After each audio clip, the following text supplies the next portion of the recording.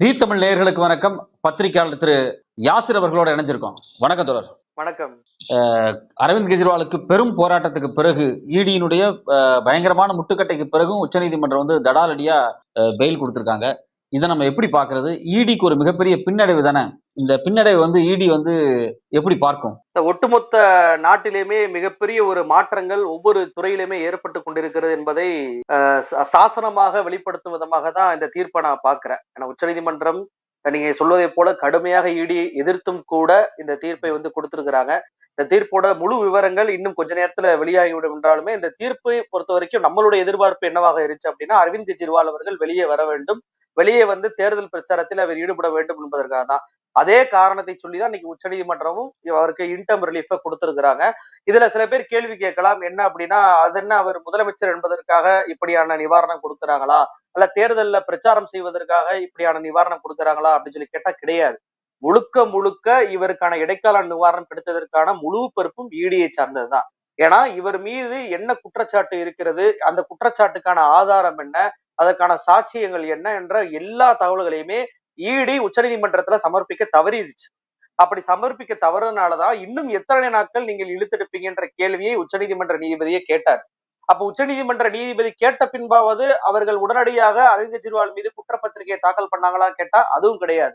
விசாரிப்பதற்கான விசாரணை என்பது இன்னும் கொஞ்சம் மாதங்கள் ஆகும் என்று சொன்னதுனாலதான் அப்ப தேர்தல் வேற வருது, தேர்தல் நேரத்துலதான் நீங்க கைது பண்ணிருக்கிறீங்க அப்படின்ற ஒரு கேள்வியை குறிப்பிட்டுதான் இன்டம் ரிலீஃப் நாங்கள் கொடுப்பதற்கான வழியை வந்து பரிசீலிக்கலாம் என்று இருக்கிறோம், அதற்கான நிபந்தனைகளை நீங்க உருவாக்கி கொள்ளுங்கள் என்று அப்போதே இடுக்கி சொன்னாங்க. நல்லா கவனிச்சு பாருங்களேன். அதாவது அரவிந்த் கெஜ்ரிவால் எப்போது கைது செய்யப்படுகிறார்? அவர் வந்து மாடல் கோட் ஆஃப் கண்டக்ட் அறிவித்த பிறகு அவரை கைது பண்றாங்க. எப்பயுமே ஒரு சிட்டிங் சிஎம்ஐ ஒரு தேர்தல் நடைமுறை அமலுக்கு வந்த பிறகு கைது பண்ணதான வரலாறே இல்லை.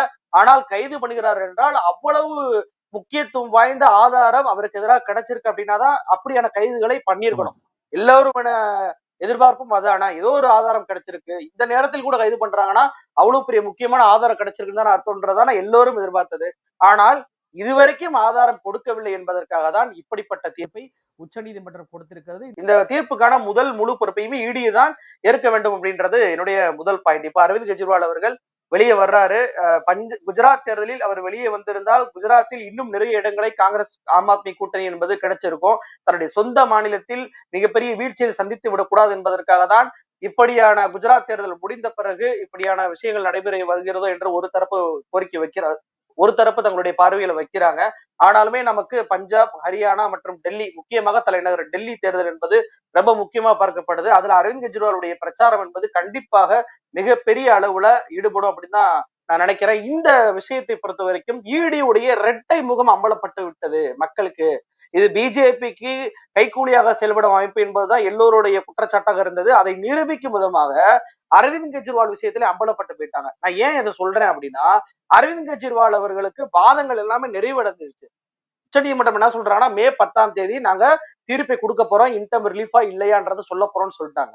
ஆனா திடீர்னு பாத்தீங்கன்னா நேற்றைக்கு இரவு வந்து ஒரு அஃபிடவிட்ட உச்சநீதிமன்றத்தை தாக்கல் பண்ணது இடி. அதாவது என்ன சொல்றாங்க, எலெக்ஷன் கேம்பெயினுக்காகலாம் இது வரைக்கும் சுதந்திர இந்தியாவுல யாரையுமே வந்து ஜாமீன்ல விட்டதே கிடையாது. இது வந்து அவர் வந்து இந்த குற்றச்சாட்டை வந்து கிங் பின்னா செயல்பட்டவரை இவரை வெளியிடவே கூடாது, இது தப்பான முன் உதாரணங்களை ஏற்படுத்துறோம், அதனால நாங்க இதை கடுமையாக கண்டிக்கிறோம், இதை வந்து கடுமையாக எதிர்க்கிறோம்ன்ற வார்த்தைகளை எல்லாம் இடி அந்த மனுவுல சொல்றாங்க. ஆனா இந்த மனுவே ஒரு சட்டவிரோதம் தான். ஏன்னா வாதங்கள் நிறைவடைந்த பின்பு புதிதாக ஒரு மனுவை கொடுக்கவே கூடாது. அந்த தீர்ப்பு என்னவோ அதை மட்டும் தான் எதிர்பார்க்கணும். அப்போ ஒரு மனுவை கொடுக்குறாங்க அப்படின்னா அதை வந்து நீதிமன்றத்துடைய பதிவாளர்கிட்ட அனுமதி வாங்கணும். ஆனா இந்த இடி வந்து அனுமதி வாங்கவே இல்லை. என்ன பண்றாங்க, ஒரு கோர்ட்ல வந்து அனுமதி வாங்கி அந்த மனுவை ஏற்றுக்கொள்வதற்கு முன்பே மீடியாக்களுக்கு எல்லாருமே இது போன்ற அஃபிடவிட்டை வெளியிடுறாங்க, லீக் பண்றாங்க. மீடியாக்கள் எல்லாமே செய்திகளை வெளியிடுது, பரபரப்பாகுது. உச்சநீதிமன்றத்துக்கு ஒரு நெருக்கடியை ஏற்படுத்தக்கூடிய வேலையை இந்த இடி வந்து பண்ணுச்சு. சரி, இப்ப இடி என்ன சொல்றாங்க, தேர்தலுக்காக ஒருத்தரை வந்து விடுதலை பண்ணலாமா, பண்ணக்கூடாது அப்படின்னு சொல்றாங்கல்ல. ஆனா இதே பாஜகவுடைய வழக்கு இந்த வாரம் தான் நடந்துச்சு. மே 6ஆம் தேதி வாஜ்பாய் கவர்மெண்ட்ல ஜார்க்கண்ட்ல மிகப்பெரிய ஊழலை, நிலக்கரி ஊழலை பண்ணார் அப்படின்றதுக்காக, அதாவது 1999 அமைச்சராக இருக்கிறாரு திலீப் ராய், ஒன்றிய அமைச்சராக இருக்கிறார் வாஜ்பாய் கவர்மெண்ட்ல. இவர் 1999 நிலக்கரி ஊழல் பண்றாரு. ஊழல் பண்ணதுக்காக 2020 அக்டோபர் 2020 3 வருட காலம் இவருக்கு சிறை தண்டனையை நீதிமன்றம் கொடுக்குது. நல்லா கவனிங்க, இவர் குற்றவாளி என்று நீதிமன்றமே உத்தரவு கொடுத்துட்டாங்க. ஆனா மே 6 டெல்லியில ஹைகோர்ட்ல இந்த உத்தரவுக்கு எதிராக இவர் ஒரு வழக்கு தொடர்றாரு. ஏன் வழக்கு தொடர்றாரு அப்படின்னா, இந்த குற்றவாளிக்கு ஒடிசா உள்ள சட்டமன்ற தொகுதியில ஒரு போட்டியிடக்கூடிய வாய்ப்பை பாஜக கொடுப்பதாக அனௌன்ஸ் பண்றாங்க குற்றவாளிக்கு. அப்ப இந்த தண்டனையை நிறுத்தி வச்சாதான் இவரால தேர்தலில் போட்டியிட முடியும். அப்ப இந்த தண்டனையை நிறுத்தி வைப்பதற்காக டெல்லி ஹைகோர்ட்ல போய் ஒரு வழக்கு போடுறாங்க. அதை விசாரிக்கக்கூடிய நீதிபதி யாருன்னு பாத்தீங்க அப்படின்னா சுவர்ணகாந்த் சர்மா. இவர் சொல்ற ஒவ்வொரு வார்த்தைகளுமே நமக்கு அதிர்ச்சி அடைய செய்யக்கூடியதா இருக்கு. என்ன சொல்றாரு, அதாவது இவருக்கு இப்ப 71 வயசு ஆயிருச்சு. 2024 தேர்தல் இப்பதான் நடக்குது. இத வாய்ப்பை அவர் விட்டுட்டாருன்னா இவர் அரசியல் வாழ்க்கையே மீள முடியாத பல்வேறு திருப்பங்கள் ஏற்பட்டுரும், விளைவுகள் ஏற்பட்டுரும். இவர் தொகுதி மக்களுக்கு நல்லது செய்ய முடியாம போயிரும்.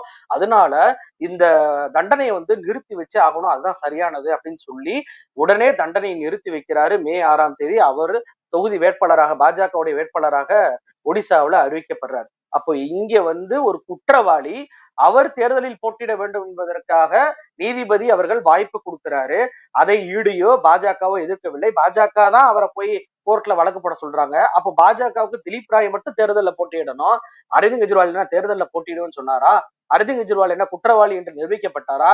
இப்ப கூட அவர் பெயில் அப்ளிகேஷன் போடல. தன்னை கைது பண்ணதே தவறு அப்படின்ற ஒரு வாதத்தை தான் கோர்ட்ல வச்சு இன்னைக்கு இன்டம் ரிலீஃப் வாங்கியிருக்காரு. அதுவுமே கோர்ட் தான் கொடுத்திருக்காங்க. அப்ப உச்ச நீதிமன்றம் ஈடு நிரூபிக்காதனால அவருக்கு இன்கம் ரிலீஃப் கொடுத்து பிரச்சாரம் செய்வதையே தடுக்கக்கூடிய வேலையில ஈடி செயல்படுது. ஆனா இன்னொரு பக்கம் திலீப் ராய்க்கு குற்றவாளி 3 வருஷம் தண்டனை, அவருக்கு விடுதலை பண்ணுங்க அப்படின்னு சொல்லிட்டு எந்த ஈடியுமே எதிர்ப்பு தெரிவிக்காம இருக்குன்னா, இன்னைக்கு அரவிந்த் கெஜ்ரிவால் விடுதலை ஆகும் போதே ஈடியோட இரட்டை முகத்தை அம்பலப்படுத்தி விட்டார். ஈடி பாஜகவுடைய கைக்கூலிதான் என்பதை நிரூபித்து விட்டார் அப்படின்றதான் இன்னைக்கு இதன் மூலமா நம்மளால தெரிந்து கொள்ள முடியக்கூடிய விஷயமா இருக்கு. குறிப்பா நீங்க பேசும்போது ஒரு விஷயத்த சொன்னீங்க, குஜராத் தேர்தல் அதுக்கு முன்னாடி நடக்கூடிய பிரச்சாரத்தில் கெஜ்ரிவால் இருக்கக்கூடாது அப்படிங்கிறது ஒரு பெரிய அஜெண்டாவே செயல்பட்டு இருக்கிற மாதிரி சொன்னீங்க. ஏன் குஜராத் தேர்தலை கண்டு, அதுவும் குஜராத் தேர்தலில் அரவிந்த் கெஜ்ரிவால் உள்ள வரதை கண்டு இந்த அளவுக்கு பாஜக பயப்படுது? அவங்களுடைய செல்வாக்கு மிக்க ஒரு மாநிலம், 20 வருஷத்துக்கு மேல அவங்க கட்டுப்பாட்டுல தான் இருக்கு. இவ்வளவு தூரம் ஸ்ட்ராங்கா இருக்கக்கூடிய மாநிலத்துல கெஜ்ரிவால் என்ன பாதிப்பை ஏற்படுத்திடுவாருன்னு இவங்க பயப்படுறாங்க? சென்ற சட்டமன்ற தேர்தல்ல நீங்க பாத்தீங்க அப்படின்னா மிகப்பெரிய அளவுல ஆம் ஆத்மி நிறைய சீட்டுகளை வாங்கினாங்க. இதற்கு முன்பு நடந்த நாடாளுமன்ற தேர்தலையுமே அவங்க நிறைய ஓட்டுகளை வாங்கினாங்க. அரவிந்த் கெஜ்ரிவால் அவர்கள் சிறையில் அடைக்கப்பட்ட உடனே பாத்தீங்கன்னா பஞ்சாபா இருக்கட்டும், ஹரியானாவா இருக்கட்டும், அதே போல குஜராத்தா இருக்கட்டும், சிட்டிங் எம்எல்ஏக்கள் அனைவருமே பாஜக போய் இணையறாங்க. நிறைய கட்சி நிர்வாகிகளை பாஜக போய் சேர்க்கிறாங்க. இதெல்லாம் அரவிந்த் கெஜ்ரிவால் சிறைக்கு போன பிறகு நடக்குது. அப்ப அரவிந்த் கெஜ்ரிவால் சிறைக்கு போகாம நேரடியாக களத்திற்கு வந்தால் குஜராத்ல 26 சீட்டு, இந்த 26 சீட்ல ஒரு சீட் என்பது சூரத், அது முடிஞ்சு போச்சு. இப்ப இந்த 25 சீட்டு, இந்த 25 சீட்லயுமே பாஜக எந்த அளவுக்கு தோல்வி பயத்துல இருக்கிறாங்க அப்படின்னா, அமித்ஷாவே அவருடைய சொந்த தொகுதியிலேயே, அதுவும் 1989 இருந்து ஜெயிக்கக்கூடிய தொகுதியிலேயே பாத்தீங்கன்னா சுயேட்சைகளை கூட விட்டு வைக்க மாட்டாரு. சுயேட்சைகள் எல்லாரையுமே மிரட்டி வாபஸ் வாங்க வைக்கிறாங்க. எதிர்கட்சியாக போட்டியிடக்கூடிய காங்கிரஸ் கட்சியுடைய வேட்பாளருக்கு ஒரு லோக்கல்ல வாடகைக்கு ஒரு வீடு கூட கொடுக்க விடாத அளவுக்கு தடுத்து நிப்பாட்டுறாங்க. அப்ப அந்த அளவுக்கு அமித்ஷாவுக்கே ஒரு பயம் வந்துருச்சு. நீங்க நல்லா கவனிச்சு பாத்தீங்கன்னா தெரியும், இந்த தேர்தல்ல அதாவது சைலண்ட் பீரியட்னு ஒண்ணு இருக்கு. தேர்தல் பிரச்சாரம் எல்லாம் முடிஞ்ச பிறகு சைலண்ட் பீரியட்ல வாக்களிக்க அமைதியா போயிட்டு தான் வரணும். வாக்களிக்கும் போது கூட நம்ம சின்னத்தையோ அல்லது எந்த ஒரு பிரச்சாரத்தையுமே செய்யக்கூடாதுன்னு சொல்லி இருக்கு. ஆனா பிரதமர் மோடி பாத்தீங்கன்னா ஒரு வாக்குச்சாவடிக்கு ஒரு ரோட் ஷோவாவே போறாரு. அவருக்கு சுற்றி மக்கள் இருக்கிறாங்க, கையெழுத்து போறாங்க, அமித்ஷாவோட சேர்ந்து போறாரு. அவர் போய் ஓட்டு போட்டு வந்த பிறகும் கையை காட்டி எல்லாரும் ஓட்டு போடுங்கன்னு சொல்லி பாஜகவுக்கு பிரச்சாரம் செய்யக்கூடிய எல்லா வேலையுமே மோடி செஞ்சாரு. ஆனா மக்கள் ஓட்டு போட்டாங்களா? ஓட்டு போடவே இல்லை. நடந்த 3வது கட்ட தேர்தல்ல கம்மியான வாக்குப்பதிவை குஜராத் பெற்றுச்சா இல்லையா? அப்ப ஏன் பெற்றுச்சு? மோடியோட சொந்த மாநிலம், அமித்ஷாவுடைய சொந்த தொகுதியில் கூட மக்கள் ஆர்வமாக ஓட்டு போடல அப்படின்னா அந்த அளவுக்கு குஜராத்ல அவங்களுக்கு மிகப்பெரிய எதிர்ப்பு இருக்கு. அப்ப குஜராத்தை பொறுத்த வரைக்கும் எதிரிகளே இல்லாத சூழலை உருவாக்க வேண்டும் என்பதுதான் பிரதமர் மோடி, அமித்ஷாவுடைய நோக்கமா இருக்கு. அதனாலதான் சூரத், அதனாலதான் காந்தி நகர்ல சுயேட்சைகளை கூட விட்டு வைக்காமல் மிரட்டக்கூடிய வேலையில் ஈடுபட்டாங்க. அப்ப எதிரிகளே இல்லை என்ற சூழ்நிலை இருக்கும்போது அரவிந்த் கெஜ்ரிவால் போன்ற மிகப்பெரிய ஒரு ஆளுமைகளும், ராகுல் காந்தி போன்ற மிகப்பெரிய ஆளுமைகளும், இவர்கள் இருவரும் சேர்ந்து ஒரே மேடையில் தோன்றி பிரச்சாரம் பண்ணாங்க அப்படின்னா அது மிகப்பெரிய சலசலப்பை குஜராத்தில் ஏற்படுத்திவிடும். ஏன்னா அரவிந்த் கெஜ்ரிவாலை பொறுத்த வரைக்கும் அங்க மிகப்பெரிய ஒரு முகமாக மாறி வந்துகிட்டு இருக்கிறார். அப்படி மாறி வந்துகிட்டு இருக்கும் போது இருவருடைய பிரச்சாரம் நமக்கு எதிராக மேலும் பெரிய சிக்கல்களை ஏற்படுத்திவிடும். ஏற்கனவே ராஜபுத்திர சமூகங்கள் அனைவருமே நமக்கு எதிரா இருக்கிறாங்க. அப்படி இருக்கும்போது இவர்களும் வந்து விட்டாங்க அப்படின்னா ரொம்பவும் சிக்கலை நம்ம சந்திக்க நேரிடும் என்ற ஒரே காரணத்துக்காக தான் அரவிந்த் கெஜ்ரிவாலை குஜராத் தேர்தல் முடியும் வரைக்கும் அட்லீஸ்ட் முடிவு வரைக்குமாவது இவர் வந்துடக்கூடாது. நம்ம சொந்த மாநிலத்திலே தோற்றோம், பாதி தொகுதியை எழுந்தோம் என்ற ஒரு பிரச்சாரம், ஒரு கண்ணோட்டம் மக்களிடம் உருவாகிவிடக் கூடாது என்பதற்காக தான் இவ்வளவு திட்டமிட்டு பாஜக காய நகர்த்துது. அதனாலதான் குஜராத் தேர்தல் முடிந்த பிறகு அவர் இன்னைக்கு விடுதலையா இருக்கார். நம்மளாம் எப்படி செந்தில் பாலாஜி அவர்கள் தமிழ்நாடு தேர்தல் முடிந்த பிறகு வெளியாகுவார் கண்டிப்பாக அப்படின்னா அதற்கான சமீபங்களும் இப்ப உச்சநீதிமன்றத்துல தெரிய ஆரம்பிச்சிருக்கு. அப்ப தமிழ்நாடு தேர்தலில் அவர் வராம இருக்கும் போதுதான் நம்ம அண்ணாமலையோ அல்லது கொங்கு மண்டலத்திலேயோ கொஞ்சமாவது வாக்குகளை வாங்க முடியும் அப்படின்ற ஒரு கண்ணோட்டத்தை எப்படி அங்க தமிழ்நாட்டுல செயல்படுத்தினாங்களோ அதே பார்வையில தான் அரவிந்த் கெஜ்ரிவால் குஜராத்துக்கு வந்து கூடாதுக்காக அப்படியான பார்வையை அங்க செயல்படுத்தினாங்க. இப்ப அரவிந்த் கெஜ்ரிவால் வெளியே வந்திருக்காரு, பிரச்சாரத்துல ஈடுபடுறதுக்கான வாய்ப்புகள் இருக்கு, அவர் பிரச்சாரத்துல ஈடுபடுவாரு. இது டெல்லி, பஞ்சாப் இந்த தேர்தல்கள்ல என்ன மாதிரியான பாதிப்பை ஏற்படுத்தும்? இல்ல நிச்சயமாக ஒரு மிகப்பெரிய ஒரு திருப்பத்தை ஏற்படுத்தும் அப்படின்னு நான் சொல்லுவேன். ஏன்னா அரவிந்த் கெஜ்ரிவால் அவர்களை பொறுத்த வரைக்கும் வெறுமன சிறையில் அடைச்சாங்க, இன்னைக்கு வெளியே வந்துட்டாரு அப்படின்றது இல்ல. அரவிந்த் கெஜ்ரிவாலை அங்க அவருக்கு உயிருக்கே ஆபத்து ஏற்படுத்தக்கூடிய அத்தனை வேலைகளையுமே அங்க இருக்கக்கூடிய போலீஸ் அதிகாரியும் சரி பாஜகவினரும் சரி செஞ்சாங்க. ஏன்னா திகார் சிறையில பொறுத்த வரைக்கும் அரவிந்த் கெஜ்ரிவால் அவர்களுக்கு வீட்டில இருந்து தான் உணவு வந்துச்சு, அதையுமே தடுக்கக்கூடிய வேலையில பண்ணாங்க. அரவிந்த் கெஜ்ரிவால் அவர்கள் நான் வீடியோ கான்பரன்சிங் மூலமாக டாக்டர் பார்க்கணும், எனக்கு சுகர் லெவல் குறைஞ்சுக்கிட்டே போகுது, திடீர்னு கூடுது அப்படின்னு சொல்லி கேட்கும் போது கூட அதற்குமே அனுமதி கொடுக்கவே இல்லை. அப்ப திகார் சிறையை பொறுத்த வரைக்கும் அவர் வந்து மிக மிக தனிமை சிறையில் அடைக்கப்பட்டிருந்தார். அவருக்கு உயிருக்கான ஆபத்தான விளைவுகளை ஏற்படுத்தக்கூடிய அத்தனை விஷயங்களுமே அங்க செஞ்சாங்க. அப்ப அந்த அனுபவங்களை எல்லாம் கூடுதலாக இப்ப தேர்தல் பிரச்சாரத்துல அரவிந்த் கெஜ்ரிவால் பயன்படுத்தக்கூடிய காட்சிகள் அரங்கேறதான் போகுது. ஏற்கனவே நீங்க அரவிந்த் கெஜ்ரிவால் சிறையில் இருக்கும் போதே பாத்தீங்க அப்படின்னா அவருடைய மனைவி சுனிதா கெஜ்ரிவால் அவர்கள் பஞ்சாப்லயும் சரி அதே போல ஹரியானாவிலையும் சரி டெல்லியிலும் சரி பிரச்சாரம் பண்ணிட்டு தான் வர்றாங்க. அந்த பாடல்கள் ஆம் ஆத்மி சார்பாக ஒரு பாடல் வந்து வெளியாகுது. அந்த பாடல அரவிந்த் கெஜ்ரிவால் சிறையில் அடைக்கக்கூடிய அந்த வார்த்தைகள் வருது. அது கூட வரக்கூடாது என்று தடுக்கக்கூடிய வேலையில தேர்தல் ஆணையம் மூலமாக பாஜக ஏவுச்சு. அந்த அளவுக்கு ஒரு சிம்பத்தி வேவை டெல்லி மக்களிடமும் பஞ்சாப் மக்களிடமும் ஏற்படுத்தியிருக்கு. டெல்லி மக்கள் கூட கூட இவங்க தொடர்ச்சியாக ஆட்சி மன்றத்தில் இருக்கிறாங்க. ஆனா பஞ்சாப்ல இப்பதான் ஆட்சிக்கு வந்திருக்கிறாங்க. அரவிந்த் கெஜ்ரிவால் மீது மிகப்பெரிய ஒரு மதிப்பு மிக்க ஒரு கண்ணோட்டம் என்பது அவர்களுக்கு இருக்கு. அப்படி இருக்கும்போது பாத்தீங்க அப்படின்னா இன்னும் கூடுதலான பஞ்சாப்ல 2 சீட்டோ 1 சீட்டோ கிடைக்கக்கூடிய வாய்ப்பு கூட நமக்கு இல்லாம போய்விடும் என்ற பயம் வந்து பாஜக இருந்துச்சு. இப்ப அவர் வெளியே வந்தால் அந்த சிம்பத்தி விவாத குறையும் சொல்லி பாஜக எதிர்பார்த்தாங்க. ஆனா அவர் வெளியே வந்ததற்கு பிறகுதான் இப்ப இன்னும் வீச்சான பிரச்சாரம் என்பது வரப்போகிறது என்பதை நம்ம கண்கூடா பார்க்க முடியுது. ஏன்னா நீங்க நல்லா கவனிச்சு பாருங்க, காங்கிரஸ் உடைய டெல்லி தலைவர் லவ்லி அவர் வந்து பாஜக போய் சேர்ந்துட்டாரு. அப்ப இப்ப டெல்லியிலுமே சில பாஜக எம்எல்ஏக்களை விலை கொடுத்து வாங்கக்கூடிய வேலைகள்ல தொடர்ச்சியாக ஆம் ஆத்மியுடைய எம்எல்ஏக்களை விலை கொடுத்து வாங்கக்கூடிய வேலைகள்ல பாஜக தொடர்ச்சியாக ஈடுபட்டுச்சு. அப்ப இதெல்லாம் தடுத்து நிப்பாட்டப்படும். இப்ப அவர் வெளியே வந்த பிறகு என்ன பேச போகிறார், அவருடைய பேச்சு என்ன என்பதுதான் ஒட்டுமொத்த நாடுமே இப்ப எதிர்பார்த்து கொண்டிருக்கக்கூடிய சூழ்நிலையில அந்த எதிர்பார்ப்பு என்பது இன்னும் ஒரு 5-6 நாட்களுக்கு இருக்கும். ஏன்னா இப்ப தேர்தல் என்பது டெல்லியை பொறுத்த வரைக்கும் மே 25 நடக்குது, ஒரே கட்டமா நடக்குது. அப்படி இருக்கும்போது டெல்லியை பொறுத்த வரைக்கும் ஆம் ஆத்மி இது வரைக்கும் ஒரு எம்பி கூட வெற்றி பெற்றதே இல்லை அவங்க கட்சி தொடங்குறதுல இருந்து. காங்கிரஸ் அங்க 2014 இருந்து வெற்றி பெறல. தொடர்ச்சியாக 2014 இருக்கட்டும் 19 இருக்கட்டும் பிஜேபி தான் 7 தொகுதியிலுமே வெற்றி பெற்று வர்றாங்க.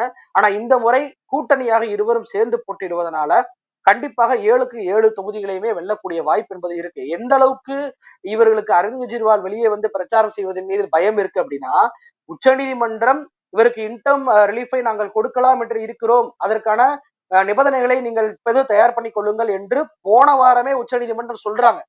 இப்படி உச்சநீதிமன்றம் சொன்ன உடனே பாத்தீங்க அப்படின்னா உடனே ஆளுநர் வந்து ஒரு ஒப்புதல் கொடுக்கிறாரு விசாரணைக்கு. என்ன கொடுக்கிறாரு, இவர் வந்து காலிஸ்தான் தீவிரவாதிகளோட தொடர்புல இருக்கிறாரு, உடனடியாக என்ஐஏ விசாரணைக்கு நான் அனுமதி கொடுக்குறேன் அப்படின்னு சொல்றாரு. அப்ப அரவிந்த் கெஜ்ரிவாலை பொறுத்த வரைக்கும் உச்சநீதிமன்றம் வெளியே விட்டுருச்சுன்னா இவரை வேற ஒரு இதுல என்ஐஏல தூக்கியா உள்ள போடணும். இப்ப வழக்குகள் எல்லாம் பாருங்களேன், இடி அரெஸ்ட் பண்ணா என்ன பண்ணும், உள்ளே போய் உள்ளதா இருக்கணுமே தவிர வெளியே வர முடியாது. குற்றவாளி இல்லை என்று நீதிமன்றத்துல நம்ம நிரூபிக்கணும். ஈடி நிரூபிக்க தேவையில்ல, நம்ம தான் நிரூபிக்கணும். மத்த போலீஸ் தான் காட்டணும் ஆதாரத்தை. ஆனா இங்க நம்ம வந்து ஆதாரத்தை காட்டி வெளியிடணும். அப்படியான கருப்பு சட்டம் தான் இந்த ஈடி. அதே போன்ற இன்னொரு கருப்பு சட்டத்தை கொண்டு கூட என்ஐஏ கொண்டு வராங்க பாருங்க. நார்மலா போலீஸோ ஊழல் வழக்கோ எதுவுமே வர்றதில்ல. எல்லாமே கருப்பு சட்டங்களை கொண்டு கூடிய வழக்குகள். ஆதாரத்தை காட்டாமே சிறையில வைக்கலாம் என்ற பாணியில தான் இவர்கள் தொடர்ச்சியாக பண்ணாங்க. ஆனா இது அத்தனைக்குமே ஆப்பு வைக்கும் விதமாக இன்னைக்கு உச்சநீதிமன்றம் ஒரு இடியை பாஜக தலையில இறக்கியிருக்கு. அரவிந்த் கெஜ்ரிவால் வெளியே வந்து விட்டார். அரவிந்த் கெஜ்ரிவாலுக்கு என்ன ஒரு நிபந்தனைகளையுமே உச்சநீதிமன்றம் கொடுத்தாலும் கூட பிரச்சாரத்திற்கு தடை இல்லை என்பது வரக்கூடிய 2024 தேர்தல் ஆட்சி மாற்றத்திற்கான டெல்லி தலைநகர் டெல்லியிலேயே ஒரு மாற்றத்தை ஏற்படுத்தக்கூடிய சூழல் உருவாயிருக்கு அப்படின்றத நான் பாக்குறேன்.